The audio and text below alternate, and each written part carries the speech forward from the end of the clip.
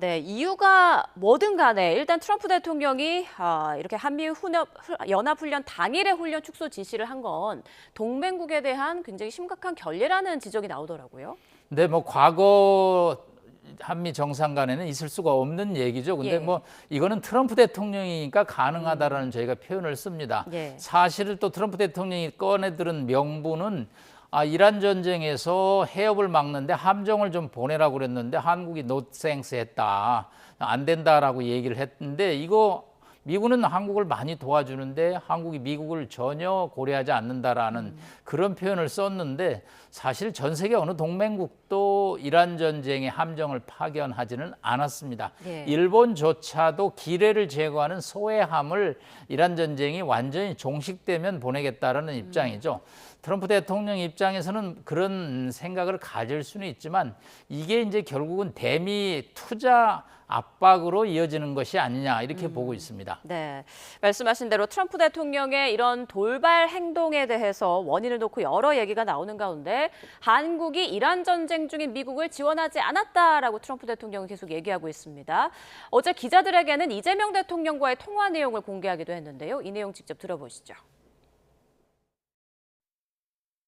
When I called recently the president of South Korea, who I like, but I called him, I said, would you like to give us a little hand? We don't need help with Iran, but if you'd like, give us a hand with Iran. He said, no thanks. You're not going to help us on a very easy military operation in Iran?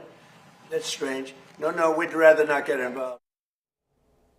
네, 트럼프 대통령 한국이 이란 전쟁 안 도왔는데 왜 우리가 함께 하는 건가 뭐 이런 논리인 것 같은데 저 통화가 언제 이루어진 내용인 것도 지금 확인이 안 된 것 같은데요. 네, 한미 정상이 통화를 했다고 예. 트럼프 대통령이 얘기하지만 어제 제가 청와대 쪽에 알아보니까 통화한 적이 없다는 겁니다. 그러면 양측의 어느 분은 사실이 아닌 얘기를 하고 있는 건데 현재로서는 트럼프 대통령이 이제 한국을 압박하는 카드로서 통화라는 어떤 사실을 꺼내 들었는데 예.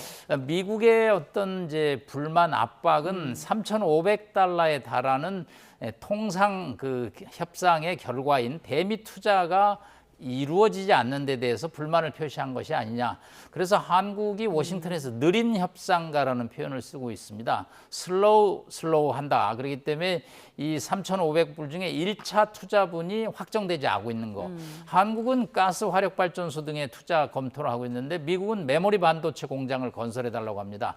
일단 한국 입장에서는 그것은 경제적으로 타당성이 많이 부족하기 때문에 고심을 했는데 이게 일본에 비해서 이제 1년이 지나가도록 투자가 이루어지지 않음으로써 예. 트럼프 대통령은 선거를 앞두고 한국으로부터 투자를 유치했다라는 압박을 가해야 되는데 이게 지금 이루어지지 않고 있기 때문에 이제 한국이 이번에 한미연합훈련 축소에 이어서 두 번째로 부담을 가질 것은 결국은 12.5%의 현행 관세를 또 5배로 인상할 수 있는 이제 그런 시나리오가 지금 또 예정돼 있기 때문에 예. 우리로서는 뭐 긴장하지 않을 수 없는 상황입니다. 네.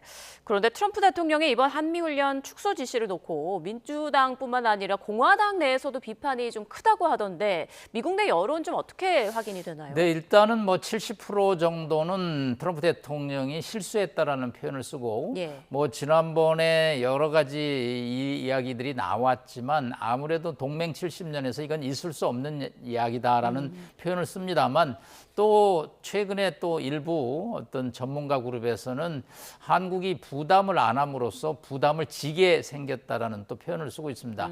즉 방위비 인상이라든가 한미 동맹에 있어서 한국이 기존에 아주 어려웠을 때 국가가 아닌데 동맹 부담에서 소극적으로 하기 때문에 이번 조치는 한국이 충격을 받아서 앞으로는 좀 더 적극적인 역할을 할 것이라는 또 전망을 내놓는 분들도 있습니다. 물론 뭐 여러 가지 지난 일기 때 했던 지금 마크 켈리라든가 톰 틸리스 상원의원 이런 분들은 이제 전통적인 한미 동맹에서 있을 수 없다라는 표현을 썼지만 한국 입장에서는 앞으로 부담이 늘어갈 것은 분명한 것으로 보입니다. 네, 최근 뭐 쿠팡 문제도 그렇고 여러 사안으로 지금 미국이 한국에 대한 불만을 가지고 있다라는 그런 분석이 나오고 있는데 교수님께서 보시기에 지금 한미 관계는 어떤 상태라고 보세요? 영화 헤어질 결심이라는 영화가 있습니다. 이거 뭐 영화 제목대로 되지는 않겠지만 예. 트럼프 대통령은 뭐 정말 당근과 채찍을 통해서 뭐 헤어질 결심이라는 단어를 써도 이상하지 않을 정도로 한미 동맹 동맹이 지금 흔들리고 있는 것은